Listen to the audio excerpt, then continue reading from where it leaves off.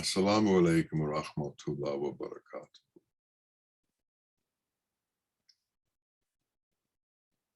This life is in a constant state of change.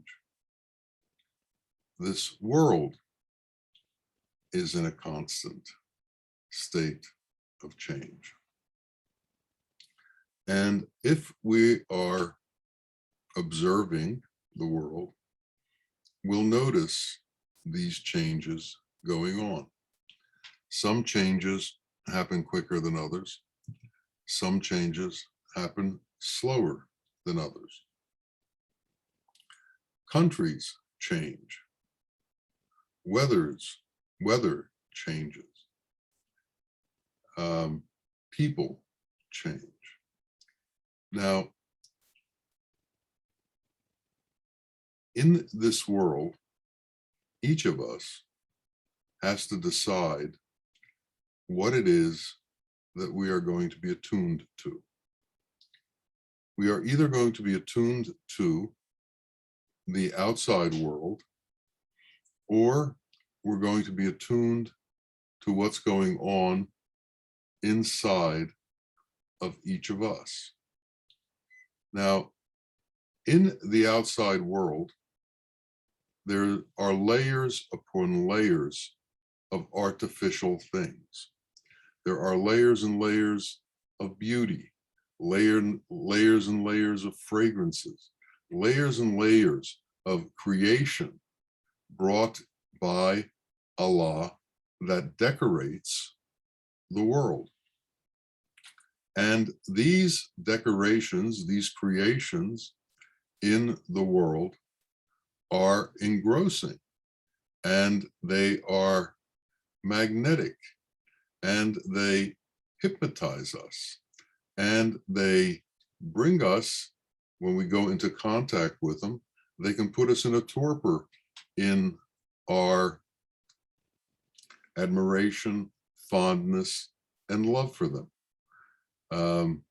In the Tamil Puranas, these are called the 64 arts and sciences, or these are called the 64 sexual inclinations. The point being, there's lots and lots of things in the world that can mesmerize you, and that you can spend an entire lifetime studying and trying to decipher. One of the things about all of this artificial creation in the world is it all has a time limit. It all ends. And we can see this if you live in an area where the weather changes, you can see the trees shed their leaves and then regrow them. Or if you have flowers in the area, certain flowers bloom and then they die. There's birth and rebirth constantly going on. But underneath of all this, there is a natural thing. There's a nature to all of it. There is the artificial and that which is beneath the artificial, that which is the real, that which has more and more permanence.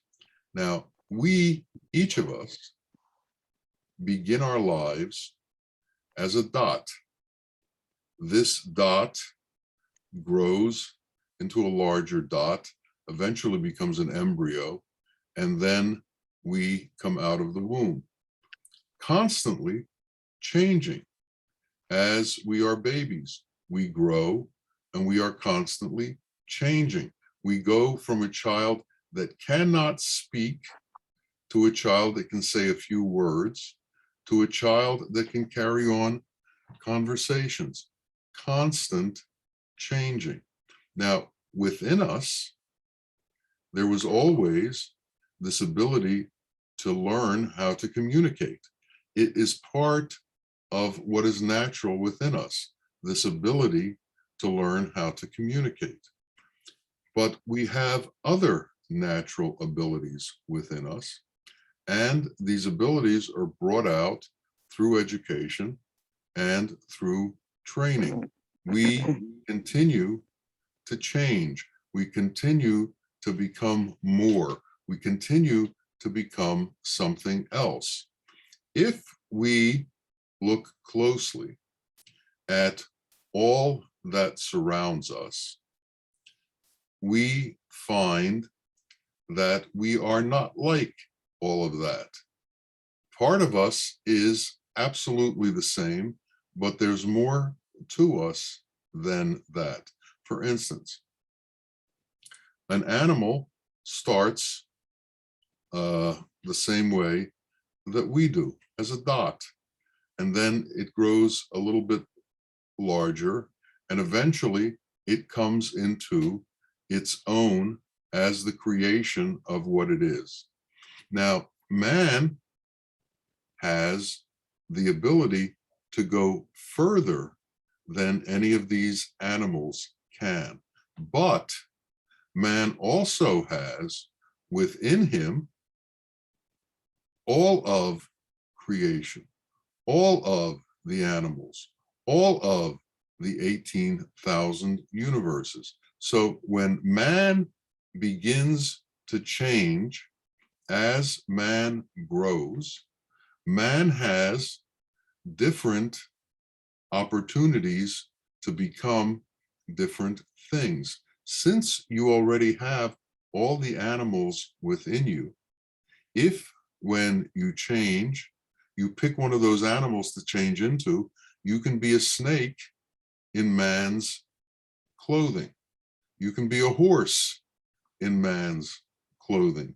You can be a monkey in man's clothing. You can be any animal that you are inclined to change into.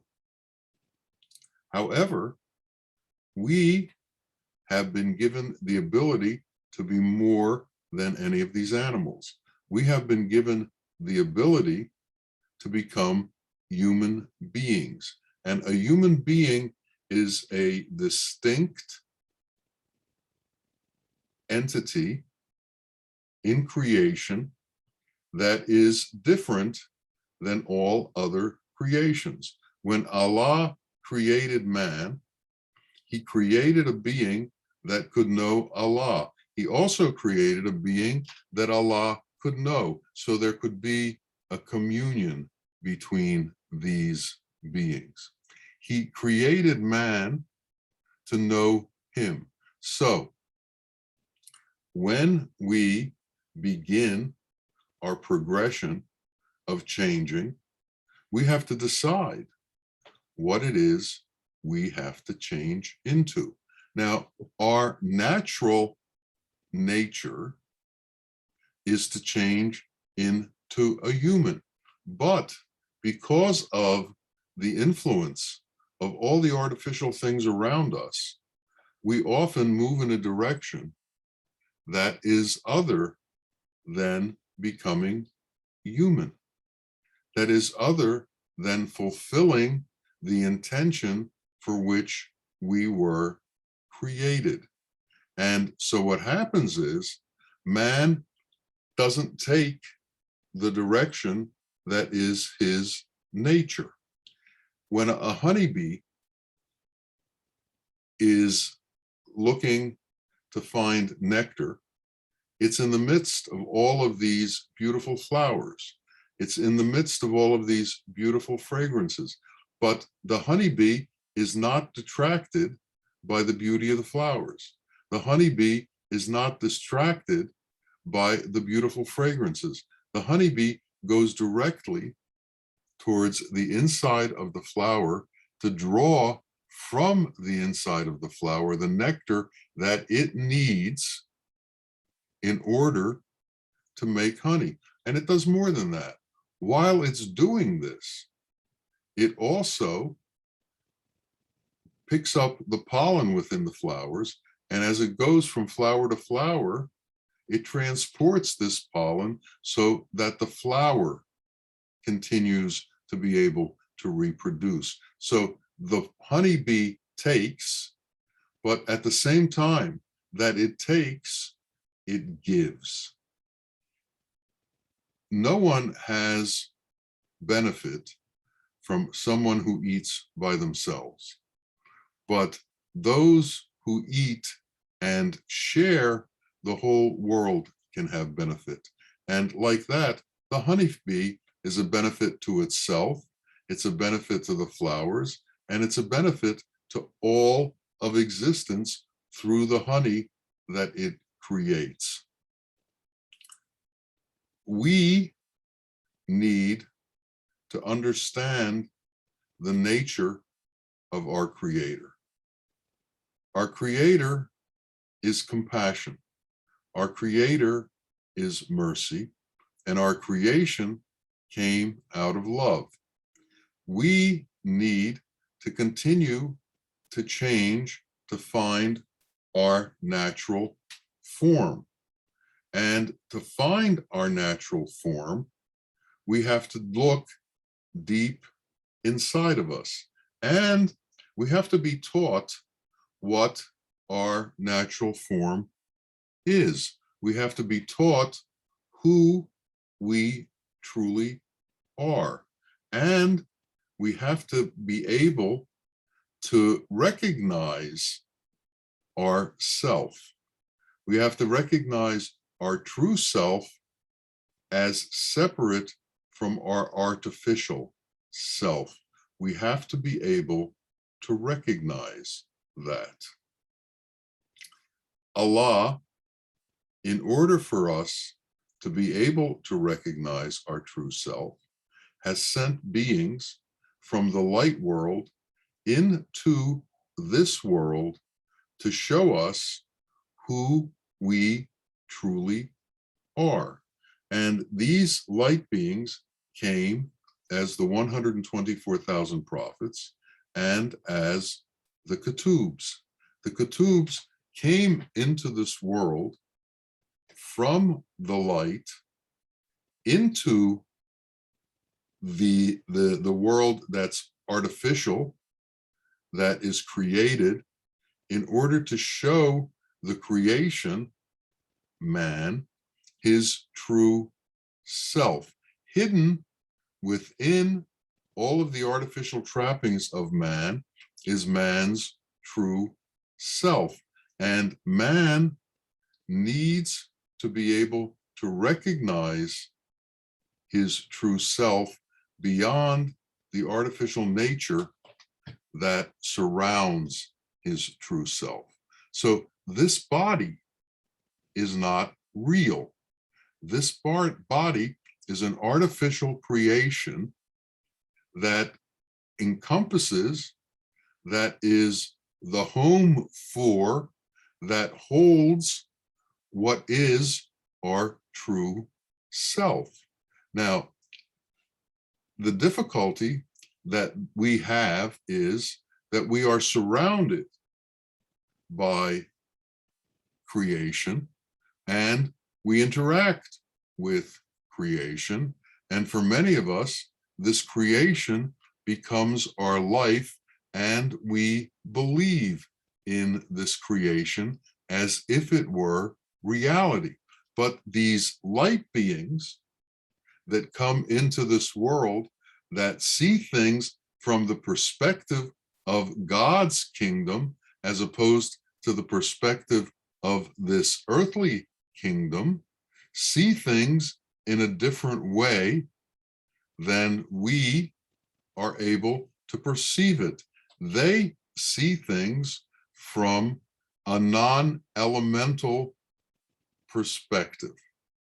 Imagine if you could view the world without the artificial trappings of your body and could see it in that way. What would your reactions be? How would you respond? The sheikh, the true sheikh that comes into the world, the ketub that comes into the world, has been sent from the light world for the purpose of showing you how to perceive reality, for the purpose of showing us the way to see this artificial world and to see the true nature that is hidden within this artificial world. And the Sheikh tells us that we need to continue to change until this artificial trapping that we're in begins to disappear and our consciousness goes beyond this artificial trapping.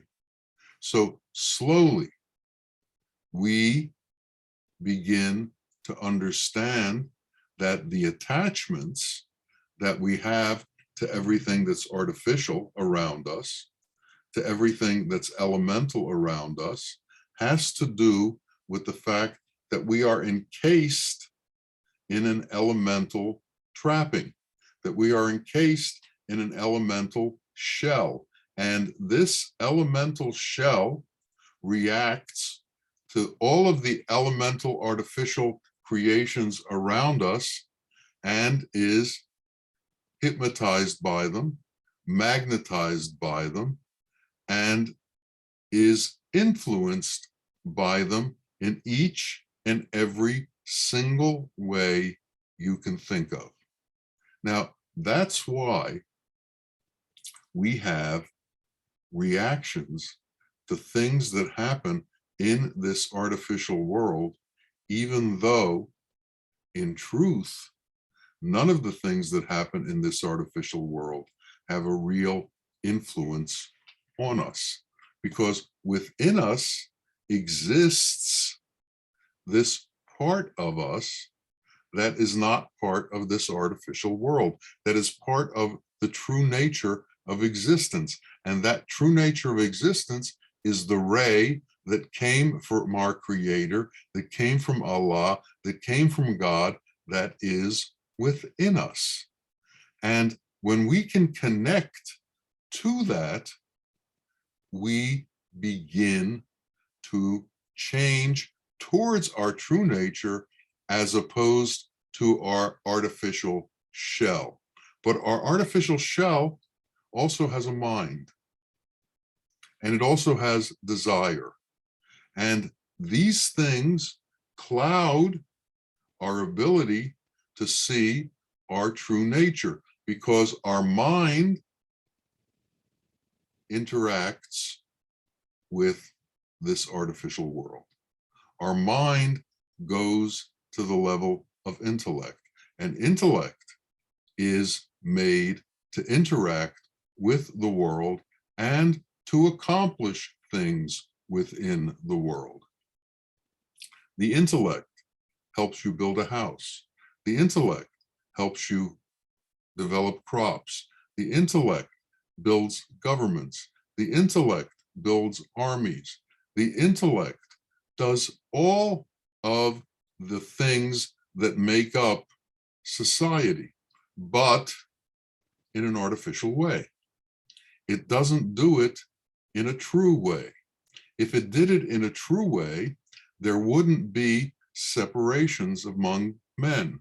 There wouldn't be distinctions between people. There wouldn't be differences between religions. There wouldn't be opposites in languages. There would be a unity in existence. But that unity is only understood when we reach our true nature. That unity is not understood as we live our life and give credence to this artificial world. And our mind continues to give credence to this artificial world. And there is no way that it is going to surrender that initiative. There's no way it's going to surrender that idea. It's no way it's going to give up its connection to the artificial world. And the mind lives within the artificial world and tells us that our life is what goes on in this artificial world. And the mind is buttressed by desire.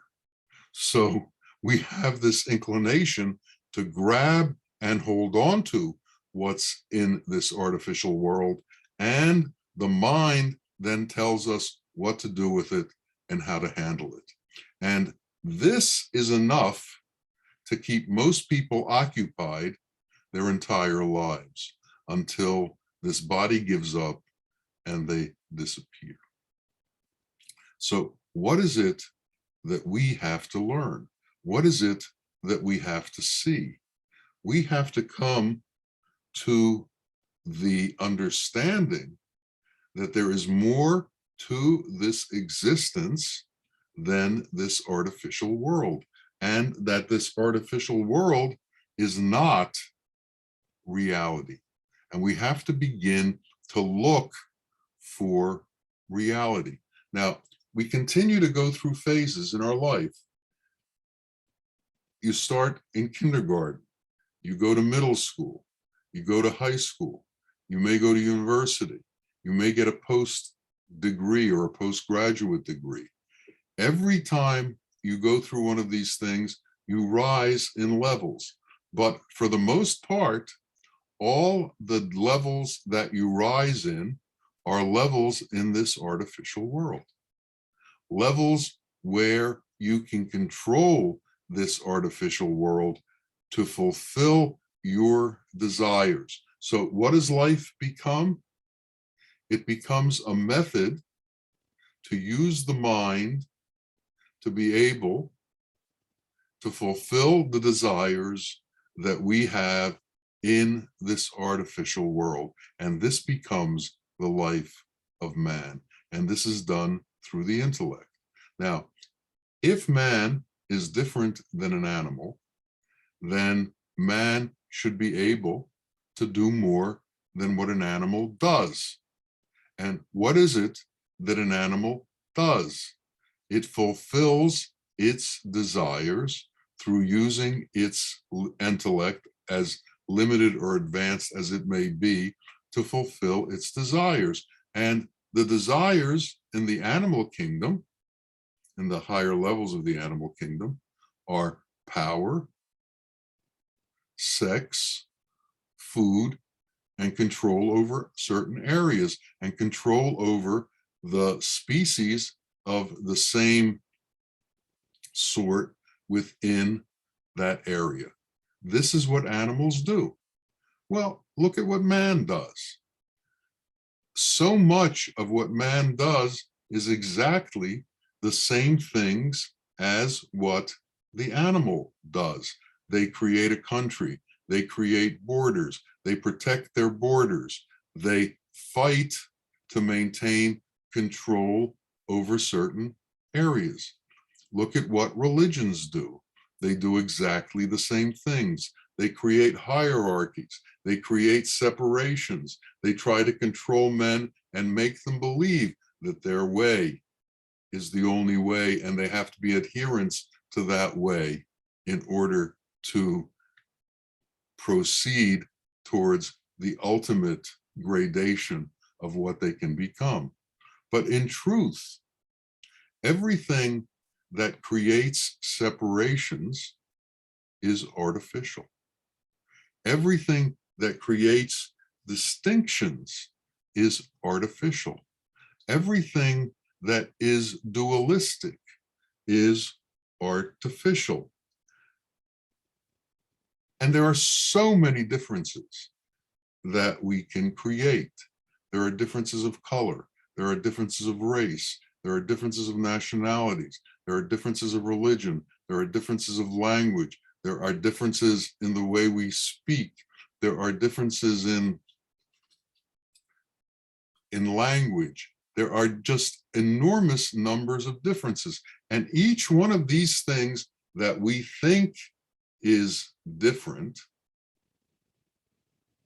separates us from the truth and separates us from the internal truth, the internal true nature of ourselves. So we have to find a way to be able to continue to rise but not to rise in this artificial world, to rise in reality, to become more in reality. But understand that this artificial world has a grasp on us, and it grabs us through the elemental portions of ourselves.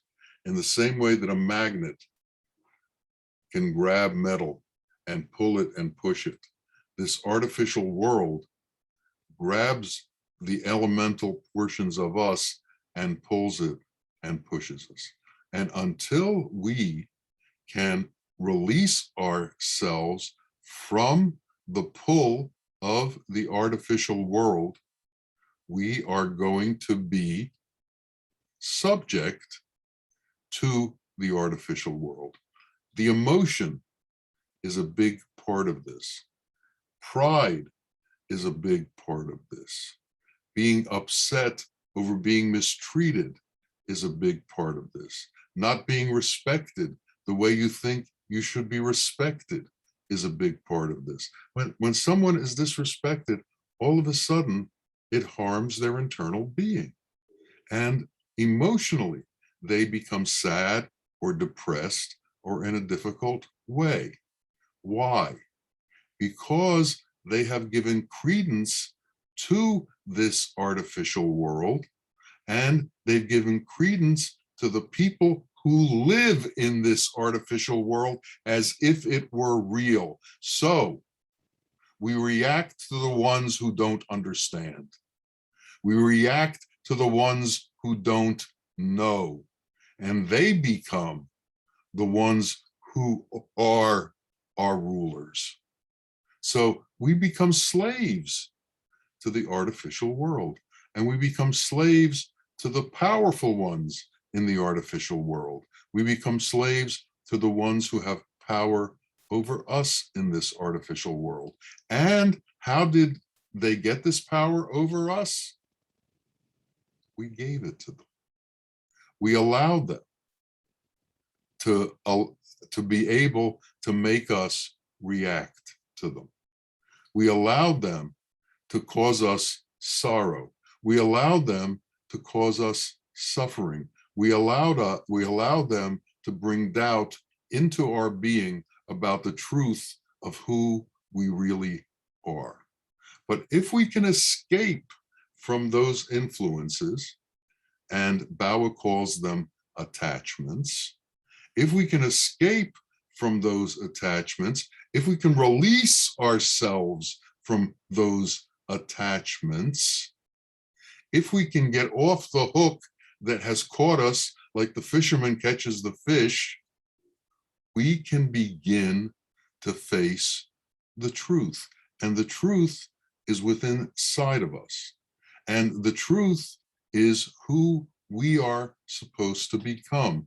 And we can only do this if we leave the intellect and we leave desire and begin to function through wisdom. And what is the difference between wisdom and the intellect? The intellect believes in the artificial world.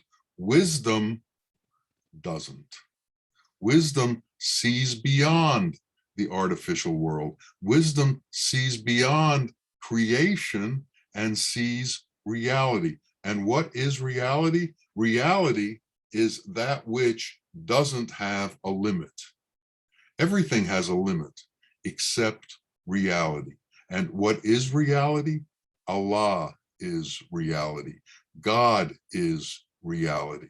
The qualities of God are reality. And wisdom functions in reality. It doesn't function in this fake artificial world. It doesn't function in the world where there are limits. So we have to develop our wisdom.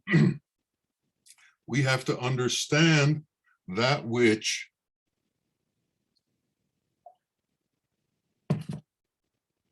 makes us a slave and that which makes us free. And the artificial world is continuously going to enslave us. in many, many, many different kinds of ways. It's going to enslave us emotionally. It's going to enslave us because of our desires, because of our needs, and because of our attachments. But freedom is to release ourselves from this by understanding that the part of us that appears to be part of this artificial world isn't real. And when we can truly accept that and make that part of our being and turn from a constant interaction with the false to a constant interaction with reality, we begin to climb the ladder of change towards who we are supposed to be. You've all heard of Rabia. Rabia was asked if Satan was her enemy.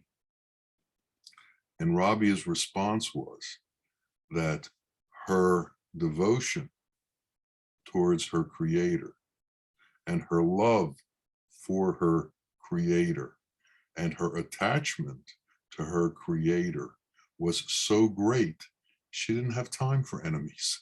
She didn't have time for anything else. She just had time for him. And this is a matter of focus. So we need to create a focus that leaves that which isn't real and goes towards that which is real. And what is real?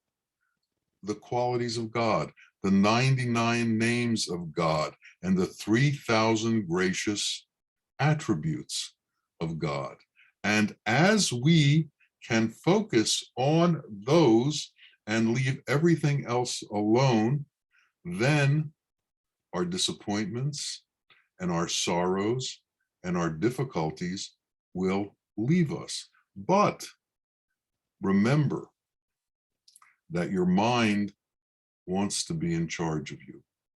Your mind wants to keep you within the realm that it understands. And if it feels that it's losing its control because you've moved into reality and you now function from wisdom as opposed to intellect, it's going to fight you to try to bring you back under its control. And how does it do it? By bringing things like pride into the equation, bringing things like resentment into the equation, bringing things of like self-interest into the equation, the self-interest of this body. Now, the light beings that have been sent into this world to assist us don't see the artificial world. It has no impact on it because they know the light world, because they know they came from the light world.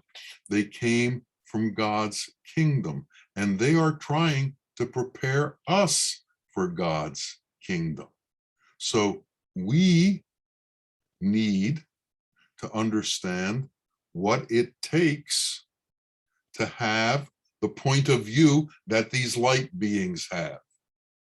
We need to incorporate the point of view that these light beings have into ourselves. We need to become like them. There's no other escape. There's no other way. To become ones from the light, we have to become like the ones who came from the light. And to be like the ones who came from the light, we can't be part of this artificial world, and we can't be attached to this artificial world, and we can't be enslaved by this artificial world. We have to change from slaves of the artificial world to slaves of God qualities. So we have to become slaves of compassion, slaves of mercy, slaves of kindness, slaves of love. And then we become the truth. And when we become the truth, we enter into our true nature. And all of the difficulties that we have within this artificial world disappear because the artificial world is no longer relevant to us. It's not part of our being. It's out there, but it's not for us. We see it, but it's not for us. Like the honeybee doesn't look at the flower, it just goes to the center to get what it needs. We have to treat the world in that way. This world is here for us to learn the truth, and we learn the truth by learning to detach from the world. So as we sit here, we can be in two places at the same time, depending on where we focus. We can be sitting in the midst of this artificial world, or we can be sitting in the midst of the light world. Both of them are here simultaneously. We have to choose which one we are in. And the way we choose truth is to give up that which isn't true. The way we choose good is to give up evil. The way we choose heaven is to remove ourselves from hell. The way we choose what's right is to give up what's wrong. The way we choose what's permissible is to give up what's not permissible. So we have to bind ourselves, put blinders on ourselves to all that is trying to influence us that isn't real, so that we can find reality. And that essentially means becoming the qualities of God. And when this outer shell disappears, if we have imbibed those qualities of God, they will remain within us, and we will go on to the light world. We will be released from the bondage of this world, and we'll find our way towards the truth. We'll find our way towards reality. We'll find our way towards God's kingdom and be integrated into God's kingdom, where only that exists. This is why we were created. This should be our intention. This should be our prayer. And we ask Allah that this come to pass for each and every one of us. Ameen, ameen, ya Rabbil Alameen. Assalamu alaikum wa rahmatullahi wa barakatuh.